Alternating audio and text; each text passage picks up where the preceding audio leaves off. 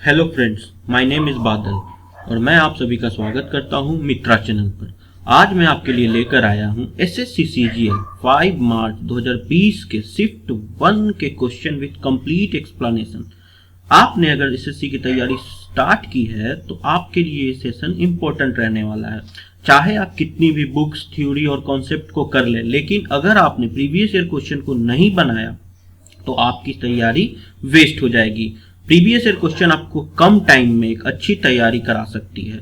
आप इस सेशन को एक क्विज के तौर पर ले सकते हैं और कमेंट सेक्शन में बताइएगा कि कितने क्वेश्चन आपके सही होते हैं।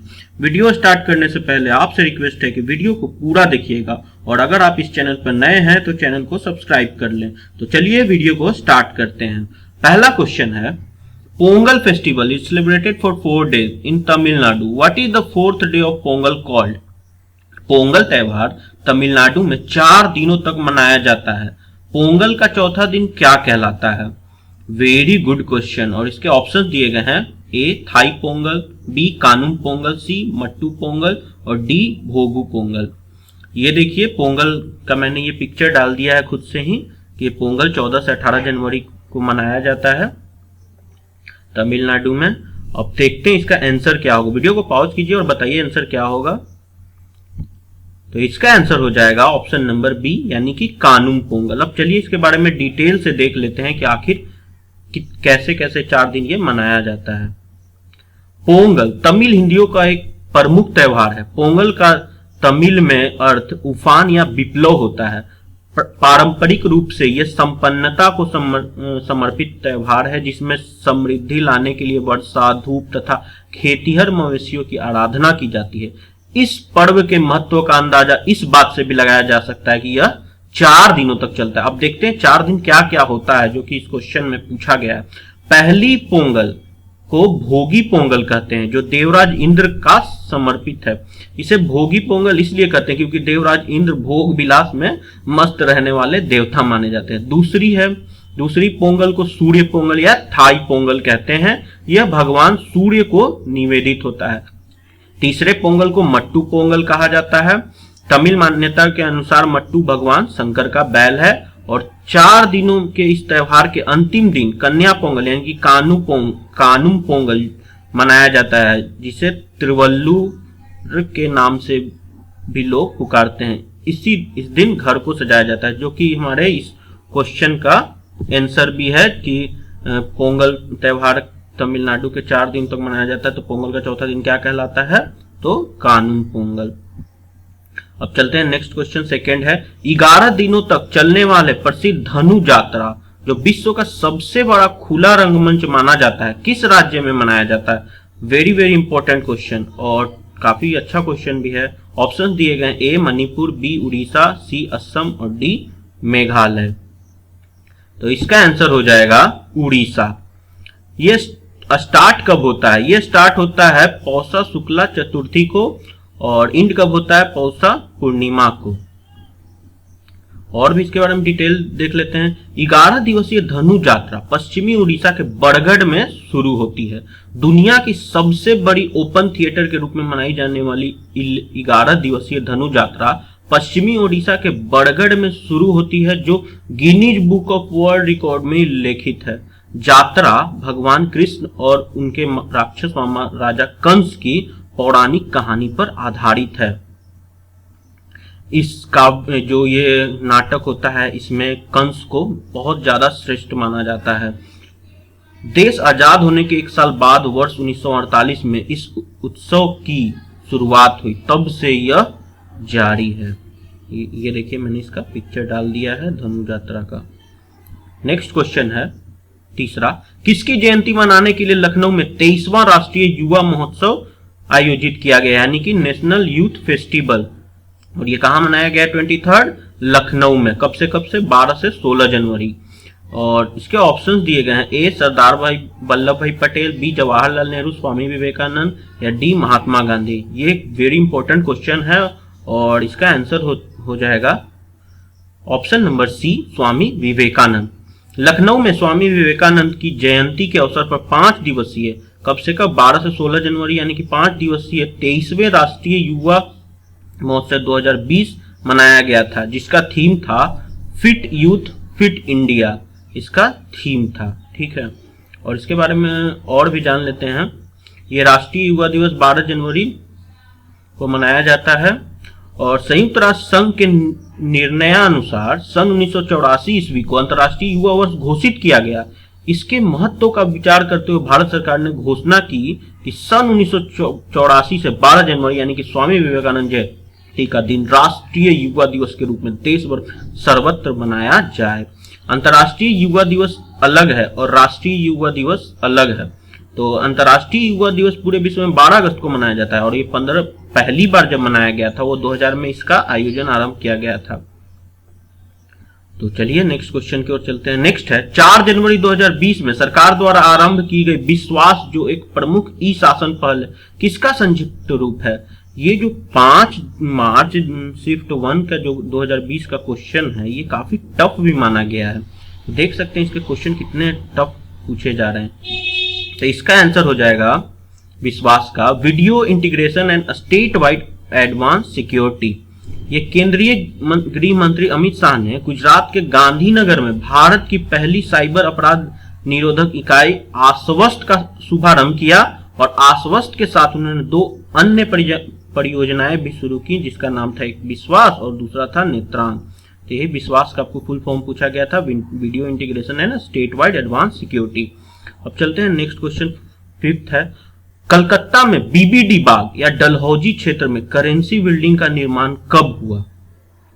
और इसके ऑप्शन दिए गए ए 1900, बी 1850, सी 1833 या डी 1910। अब इस क्वेश्चन को अब जब डलहौजी दिया गया है तो डलहौजी के आपको अगर काल याद होगा कि ये कब से कब तक रहे थे गवर्नर, तो आप बता सकते हैं कि हाँ इसके कौन कौन से ऑप्शन हम एलिमिनेट कर सकते हैं। तो 1900 और 1910 तो हम ऐसे ही एलिमिनेट कर देंगे डलहौजी से, बचता है बी और सी। तो इन दोनों में ही से हमारा आंसर हो जाएगा। तो चलिए इसका आंसर देख लेते हैं क्या है। इसका आंसर हो जाएगा ऑप्शन नंबर सी 1833।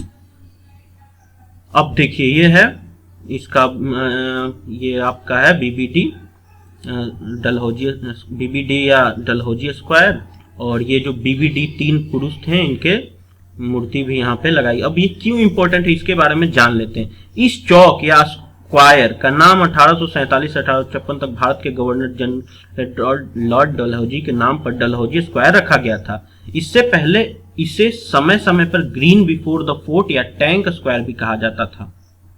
बीबीडी भाग का वर्तमान नाम 3 स्वाधीनता सेनानी यानी कि एक बी का मतलब हो गया बिनोय यानी हिंदी में इसको विनय, एक बी का मतलब हो गया बादल और एक डी का मतलब हो गया दिनेश नाम पर रखा गया, जिन्होंने 8 दिसंबर 1930 को तत्कालीन कारागार महानिरीक्षक एन.एस. सिम्पसन की डलहौजी स्क्वायर में स्थित राइटर्स बिल्डिंग की बालकनी से गोली मारकर हत्या कर दी थी। इसीलिए इस जो है ये डलहौजी स्क्वायर उनके सामने इन तीनों की मूर्ति स्थापित की गई है। तो इसीलिए ये बहुत इंपॉर्टेंट क्वेश्चन हो गया था। इसीलिए चलते हैं हम नेक्स्ट क्वेश्चन की ओर। अगला है महाराजा सवाई जय सिंह द्वितीय द्वारा नाहरगढ़ किले का निर्माण किस वर्ष कराया गया था? इसके ऑप्शन दिए गए ए 1780, बी 1800, सी 1805 और डी 1734। तो इसका आंसर देख लेते हैं। इसका आंसर हो जाएगा 1734। अब ये क्यों इंपॉर्टेंट है इसके बारे में भी जान लेते हैं। नाहरगढ़ का किला जयपुर को घेरे हुए अरावली पर्वतमाला के ऊपर बना हुआ है। अरावली की पर्वत श्रृंखला के छोर पर आमेर की सुरक्षा को ध्यान में रखते हुए इस किले को सवाई राजा जयसिंह द्वितीय ने सन 1734 में बनवाया था। यहाँ एक किंवदंती है कि कोई एक नाहर सिंह नाम के राजपूत की प्रेतात्मा वहां भटका करती थी। ये एक वहां उस समय की मान्यता थी। किले के निर्माण के व्यवधान भी उपस्थित किया करती थी, मतलब उसमें रोक टोक लगाया जाता था। इसके कारण ये जो माना जाता था कि यहाँ पे प्रेतात्मा है ये इसको बहुत डिस्टर्ब करती थी। अतः तांत्रिकों की सलाह ली गई और उस किले को उस प्रेतात्मा के नाम पर नाहरगढ़ रखने से प्रेत बाधा दूर हो गई थी। तो ये एक मान्यता थी और इसके बाद अगर देखा गया तांत्रिकों की सलाह मानकर नाहरगढ़ नाम रख दिया गया तो ये जो भी प्रेत बाधा थी ये दूर हो गई। तो इन सब के कारण भी ये बहुत इम्पोर्टेंट हो जाता है। नेक्स्ट है, निम्नलिखित में से कौन सी नदी दक्षिण भारत के प्रसिद्ध तीर्थ स्थान तिरुटनी से होकर बहती है? बहुत टफ क्वेश्चन है, आपने बहुत ज्यादा डीपली और साउथ इंडिया के जितने भी नदियां हैं उनके बारे में पढ़ा होगा, तभी इस क्वेश्चन को कर पाएंगे। ऑप्शंस दिए गए, ए कावेरी, बी बैगई, सी नदी या डी पलार। अगर ये क्वेश्चन आपको आ जाए तो इसको स्किप करने में ही भलाई है, फिर भी हम इसका आंसर देख लेते हैं। इसका आंसर दिया गया है, जो एसएससी का आंसर किया था उसमें नंदी। तिरुटनी तमिलनाडु राज्य में तिरुवल्लुर जिले का एक शहर है। अब जैसे ही हमको तिरुटनी या तिरुवल्लुर जिला तो पता है क्यों इंपॉर्टेंट है, क्योंकि यहाँ सर्वपल्ली राधाकृष्ण का जन्म हुआ था, इसीलिए इसको इम्पोर्टेंट कहेंगे। लेकिन यहाँ पर्वत पर, जो ये पर्वत है तिरुवल्लुर जिले में तिरुटनी, यहाँ भगवान मुरुगन का प्रसिद्ध मंदिर है, तो इसके कारण भी ये बहुत इंपॉर्टेंट हो जाएगा। तो किन दो बातों के लिए इंपॉर्टेंट हो गया? क्योंकि सर्वपल्ली राधाकृष्णन का भी यहाँ जन्म हुआ है, सर्वपल्ली राधाकृष्णन बहुत फेमस पर्सन थे। और एक और बात हो गई कि यहाँ पे पर्वत पर भगवान मुरुगन का प्रसिद्ध मंदिर भी है, तो इस कारण ये इंपॉर्टेंट हो गया है। अगला है 8 नंबर, क्षेत्रफल की दृष्टि से भारत में किस राज्य में सबसे अधिक वन क्षेत्र है? और इसके ऑप्शन दिए गए, ए उड़ीसा, बी मध्य प्रदेश, सी केरल और डी महाराष्ट्र। तो इसका आंसर हो जाएगा option number B Madhya Pradesh. Next question की ओर चलते हैं। अगला है, भारतीय रेलवे ने अपने हेल्पलाइन नंबरों को एक ही नंबर में एकीकृत किया है, वो नंबर कौन है? ये करंट का क्वेश्चन हो जाएगा।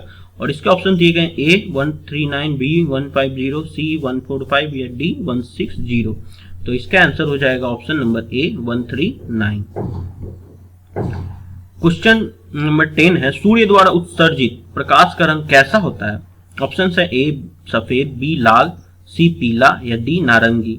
तो इसका आंसर हो जाएगा सफेद। सूर्य द्वारा जितने भी उत्सर्जित प्रकाश का रंग होता है उसका कलर होता है सफेद। अगला है, भौतिक का कौन सा ऐसा नियम है, ठीक है, जो यह कहता है कि समान ताप यानी कि टेम्परेचर, समान और समान प्रेशर यानी कि दाब की स्थिति में सभी गैसों के समान आयतन में अणुओं की संख्या समान होती है। तो इसके ऑप्शन दिए गए, ए ओम का नियम। ओम का नियम तो हम लोग जानते हैं कि ये वोल्टेज, करंट और रेजिस्टेंस से रिलेटेड, तो ये तो ऑप्शन होगा नहीं। बी है एवगार्डो का नियम, सी है बॉयल का नियम या डी है चार्ल्स का नियम। अब ये तीनों नियमों को हम अगर जानते हैं तो इसका क्वेश्चन का आसानी से जवाब दे पाएंगे। तो इसका आंसर हो जाएगा ऑप्शन नंबर बी एवगार्डो का नियम। अब देख लेते हैं कि कैसे ये तीनों हम याद कर पाएंगे। तो देखिए, बॉयल का जो नियम है उसके अनुसार क्या होता है, हम पहले ये पीवी इक्वल्स टू एनआरटी जो दिया गया है, पीवी इक्वल्स टू एनआरटी, इसको याद रखेंगे। और इसमें अगर हम टेम्परेचर और ये जो n है इसको कांस्टेंट कर देते हैं तो r तो कांस्टेंट ही है, तो p और b में जो रिलेशन देगा वो होगा बॉयल का नियम, यानी कि उसमें टेम्परेचर और ये नंबर ऑफ मोल कांस्टेंट हो जाएंगे। दूसरा है चार्ल्स का नियम। इस चार्ल्स के नियम में इसी pb और nRT में क्या करेंगे, p यानी कि प्रेशर और ये नंबर ऑफ मोल्स को, इसको भी क्या करेंगे हम कांस्टेंट रख देंगे। तो इसमें v और t डायरेक्टली प्रोपोर्शनल हो जाएंगे। तो ये इससे क्या हो गया, चार्ल्स का नियम मिल गया। और एवगार्डो का नियम क्या हो गया कि अगर हम इसमें प्रेशर और टेम्परेचर दोनों कांस्टेंट कर दें तो, और r तो कांस्टेंट ही है, तो ये जो v है ये v डायरेक्टली प्रोपोर्शनल n के हो जाएगा। तो ये हमको क्या देगा, एवगार्डो का नियम। तो अगर हम इन तीनों इक्वेशन को एक कर देंगे, ठीक है, और संयुक्त रूप में लिखेंगे तो ये दे देगा हमको pv directly proportional to nt। और इसको एक बार और अगर हम प्रोपोर्शनलिटी कांस्टेंट हटाते हैं तो यहाँ पे कोई एक कांस्टेंट आता है, उसी कांस्टेंट को हम लोग r कहते हैं। तो यही हो गया आपका pv इक्वल्स टू nRT। तो अगर आप इसको एक बार देख लेंगे अच्छे से तो अब ये बॉयल्स का नियम, चार्ल्स का नियम और एवगार्डो के नियम में आप कभी भी कंफ्यूज नहीं होंगे। तो चलिए अब नेक्स्ट क्वेश्चन की ओर चलते हैं। अगला है क्वेश्चन नंबर 12, महाबलीपुरम में पंच रथों का निर्माण किस राज्य वंश ने कराया था? Very very important question. इसके ऑप्शन दिए गए, ए चोल, बी सातवाहन, सी चेर या डी पल्लव। तो इसका आंसर हो जाएगा पल्लव। इसके संस्थापक कौन थे पल्लव वंश के? तो ये थे सी विष्णु। कब किए थे? 575 से 600 ईस्वी पूर्व ये किए थे इसकी संस्थापना पल्लव वंश की। और इसका अंतिम जो शासक थे वो थे अपराजित वर्मन। और इसकी जो राजधानी थी वो थी कांची, तमिलनाडु में कांचीपुरम इसको कहते हैं। तो ये आप तीनों अच्छे बहुत बहुत इंपॉर्टेंट है पल्लव राजवंश से। अब देखिए ये महाबलीपुरम का लोग क्यों आखिर ये इम्पोर्टेंट है, जो ये पंचरथ मंदिर है तो क्यों इम्पोर्टेंट, इसके बारे में जान लेते हैं। ये मैंने पिक्चर रख दिया है आपको ऊपर ताकि आप देख सकें इसे। महाबलीपुरम के लोकप्रिय रथ दक्षिणी सिरे पर स्थित है। महाभारत के 5 पांडव के नाम पर इन रथों को पांडव रथ कहा जाता है। तो आप समझ गए होंगे पांडव रथ क्यों कहा जाता है, क्योंकि इसमें 5 पांडव का जिक्र हो गया और 5 में से 4 रथों को केवल एकल चट्टान पर उकेरा गया है। द्रौपदी और अर्जुन रथ वर्ग के आकार के हैं, यानी कि स्क्वायर के रूप में है, जबकि भीम रथ रेखीय आकार में है। धर्मराज रथ सबसे ऊंचा है क्योंकि धर्मराज सबसे बड़े भाई थे युधिष्ठिर। इसमें द्रौपदी के 5 रथ मंदिर हुए। कैसे हुए, क्योंकि द्रौपदी ने 5 से शादी किया था तो इसलिए 5 पति थे, इसके लिए उसके 5 रथ मंदिर हुए। तो आप समझ सकते हैं कि काफी इंपॉर्टेंट ये मोन्यूमेंट्स है हमारे भारत का। 13 नंबर है, 13 जनवरी 2020 में बी साई दीपक ने 60 सेकेंड में सबसे अधिक साइड लंग्स मारने का गिनीज वर्ल्ड रिकॉर्ड बनाया है। उन्होंने कितने साइड लंग्स मारे हैं। अब पहले हम ये जानेंगे कि साइड लंग्स होता क्या है, तभी तो इस क्वेश्चन को हम समझ पाएंगे और आंसर दे पाएंगे। ये देखिए मैंने इसका पिक्चर व्यू रख दिया है आपको कि साइड लंग्स होता क्या है। तो आप इस तरह खड़े हैं और ये पोजीशन में आएंगे, फिर इस तरह से सीधा कराएंगे और फिर आप अपने लेफ्ट और राइट में ऐसे ही करते रहेंगे। तो ये क्या किया है इन्होंने, 60 सेकंड में कितनी बार ऐसे साइड लंग्स मार दिए हैं। इसके ऑप्शन दिए गए ए 59, बी 40, सी 30 या डी 50।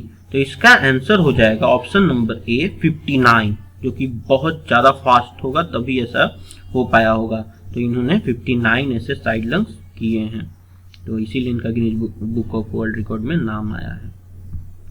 अगला है 14 नंबर, बाजार पूंजीकरण में ₹10 लाख करोड़ का आंकड़ा छूने वाली पहली भारतीय कंपनी कौन सी है। ऑप्शन दिए गए HDFC bank, B Reliance industry, C Tata consultancy services या डी आईसीआईसी बैंक। तो इसका आंसर हो जाएगा option number B, Reliance industry ने 10 लाख करोड़ का आंकड़ा छूने वाली प्रथम भारतीय कंपनी बन गई है। अब है क्वेश्चन नंबर 15, दिसंबर 2019 में किस राज्य की पुलिस को प्रेसिडेंट कलर पुरस्कार से सम्मानित किया गया था। तो ये सब करेंट्स के क्वेश्चन हो गए, तो इसको आप ध्यान से कर लीजिएगा। ऑप्शन दिए गए ए महाराष्ट्र, बी गुजरात, सी केरल या डी तमिलनाडु। आप एक बात देख रहे होंगे कि ये जो एग्जाम हुआ है मार्च में हुआ है, तो आप देख सकते हैं ये दिसंबर, जनवरी, फरवरी इन 3 महीने के बहुत सारे क्वेश्चन पूछे जा रहे हैं। तो आपका जब भी अगला एसएससी एग्जाम हो तो 3 से 4 महीने के क्वेश्चन को आप पढ़ लीजिए, तो करंट के काफी क्वेश्चन आपके बन जाएंगे। तो इसका आंसर हो जाएगा ऑप्शन नंबर बी, गुजरात। चलते हैं नेक्स्ट क्वेश्चन 16, जी बबीता रायडू ने जनवरी 2020 में निम्नलिखित में किस संस्था में कार्यकारी निदेशक के रूप में कार्यभार संभाला है। ये भी करंट का क्वेश्चन है और ये देखिए जनवरी से पूछा गया है। मैंने अभी बताया आपको कि मार्च में एग्जाम हुआ है, तो 2-3-4 महीने का पहले का क्वेश्चन पूछा जा रहा है। ए है बॉम्बे स्टॉक एक्सचेंज, बी है भारतीय प्रतिभूति और विनिमय बोर्ड, सी है भारतीय बीमा विनियामक और विकास प्राधिकरण, डी है भारतीय लघु और उद्योग विकास बैंक। ये जो क्वेश्चन आपसे मैंने प्रीवियस ईयर का देख रहे होंगे तो आप समझ सकते हो कैसे क्वेश्चन पूछे जा रहे हैं, तो इससे आपको आइडिया लगेगा और इससे आप कौन से टॉपिक पढ़ने हैं उसको भी कर लेंगे आप।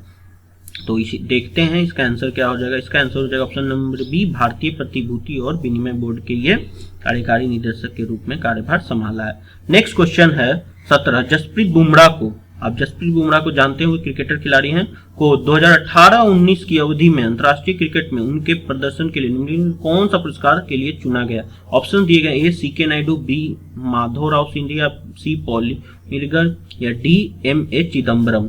तो इसका आंसर हो जाएगा option number C, Polly Umrigar award से इन्हें सम्मानित किया गया है। अब चलते हैं नेक्स्ट क्वेश्चन 18, बेंगलुरु में आयोजित 107वीं भारतीय विज्ञान कांग्रेस की थीम क्या थी। वेरी इंपॉर्टेंट क्वेश्चन, इससे अक्सर क्वेश्चन एसएससी पूछता रहता है। तो चलते हैं इसका आंसर देख लेते हैं। इसका जो थीम था, ये थीम क्या था, तो ये थीम था विज्ञान और प्रौद्योगिकी ग्रामीण विकास, science and technology rural development, ये इसका थीम था। ये देखिए कहाँ पे ये हुआ था, तो ये जो 107वां था ये कहाँ हुआ था, university of agricultural science Bangalore में हुआ था। 3 से 7 जनवरी के बीच में हुआ था। फिर देखिए जनवरी से ही क्वेश्चन रिलेटेड है। और चलते हैं इसके बारे में कुछ जान लेते हैं। भारतीय विज्ञान कांग्रेस भारतीय वैज्ञानिकों की शीर्ष संस्था है। इस संस्था की स्थापना साल 1914 में हुई थी। इसकी स्थापना का उद्देश्य भारत में विज्ञान को बढ़ावा देने हेतु किया गया था। इस संस्था के आरंभ से ही भारत में के महान वैज्ञानिक, शिक्षाविद एवं राजनेता जुड़े रहे। तो देख लीजिए ये इंपॉर्टेंट इसलिए भी है। अब देखिए इसके बारे में और भी जान लेते हैं। जो 2020 में तो बेंगलोर में हुआ, ठीक है। 2008 में कहाँ होगा? तो 2008 में जो 108वां जो ये विज्ञान कॉन्फ्रेंस है ये कहाँ होगा? तो ये 2021 में पुणे में होगा। ये सिम्बियोसिस इंटरनेशनल यूनिवर्सिटी में होगा। और इसका थीम क्या रखा गया? महिला सशक्तिकरण के साथ सतत विकास के लिए विज्ञान एवं प्रौद्योगिकी। और ये जो पहला जो था ये कब मतलब कि हुआ था इसका स्टार्टिंग? तो ये 1914 में हुआ था कोलकाता में। और इसके नेतृत्व कौन किए थे? आशुतोष मुखर्जी। और इसका थीम क्या था जो पहला मनाया गया था? तो ये था विज्ञान कांग्रेस के बारे में।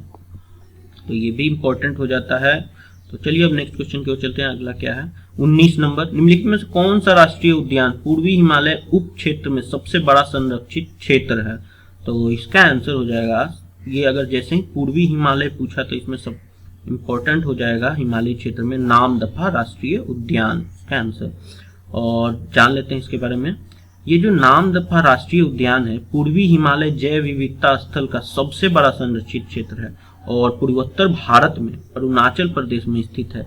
कहाँ स्थित है ये नामदफा? अरुणाचल प्रदेश में। यह क्षेत्रफल की दृष्टि में भारत का सबसे बड़ा राष्ट्रीय उद्यान है। चलिए अब ये देखिए का पिक्चर भी मैंने रख दिया है नामदफा राष्ट्रीय उद्यान का, अरुणाचल प्रदेश में ये। अगला क्वेश्चन है 20, विज्ञान की वह शाखा जिसे चीरोपोडी शरीर के किस भाग से संबंधित है? ये एक अच्छा क्वेश्चन है। इसके ऑप्शन दिए गए, ए यकृत, बी वृक्क, सी पैरों में, या डी फेफड़ों।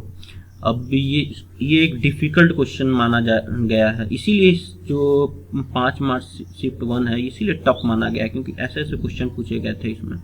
तो इसका आंसर हो जाएगा ऑप्शन नंबर सी पैरो। चीरोपोडी दवा की शाखा है जो पैर और टखने की स्थितियों को संबोधित करती है, इसीलिए इसका ऑप्शन हो जाएगा पैरो। नेक्स्ट क्वेश्चन की ओर चलते। अगला है 1942 में महात्मा गांधी द्वारा भारत छोड़ो आंदोलन में किस स्थान पर आरंभ किया गया था? ये भी डीपली क्वेश्चन पूछा गया है। अगस्त क्रांति मैदान, बी शिवाजी पार्क, सी जालियांवाला बाग, या डी प्रगति मैदान। अब देखते हैं इसका आंसर क्या हो जाएगा। इसका आंसर हो जाएगा ऑप्शन नंबर ए अगस्त क्रांति मैदान। 22 है, ईश्वर शर्मा को ग्लोबल चाइल्ड प्रोडिजी अवार्ड 2020 से सम्मानित किया गया। वो यह पुरस्कार किससे संबंधित है? ये जो ग्लोबल चाइल्ड प्रोडिजी अवार्ड है किससे संबंधित है? तो ऑप्शन है ए विज्ञान, बी खेलों, सी साहित्य, या डी योग। तो इसका आंसर हो जाएगा ऑप्शन नंबर डी योग से संबंधित है ये ग्लोबल चाइल्ड प्रोडिजी अवार्ड। अब चलते हैं नेक्स्ट क्वेश्चन, क्वेश्चन नंबर 23। स्वच्छता ही सेवा 2019 के दौरान प्लास्टिक अपशिष्ट प्रबंधन श्रेणी में भारत का सर्वोच्च जिला होने के लिए कौन सा जिला प्लास्टिक अपशिष्ट प्रबंधन पुरस्कार 2020 से सम्मानित किया गया है? इसके ऑप्शन दिए गए, ए माजुली, बी होजाई, सी जोरहाट, या डी डिब्रूगढ़। तो इसका आंसर हो जाएगा ऑप्शन नंबर डी डिब्रूगढ़। तो आप देख सकते हैं कैसे कैसे क्वेश्चन पूछ रहा है एसएससी। तो आज के लिए बस इतना ही दोस्तों। कैसा लगा वीडियो कमेंट कर बताइए और इससे ज़्यादा से ज़्यादा शेयर कीजिए। थैंक यू मेरे वीडियो को देखने के लिए।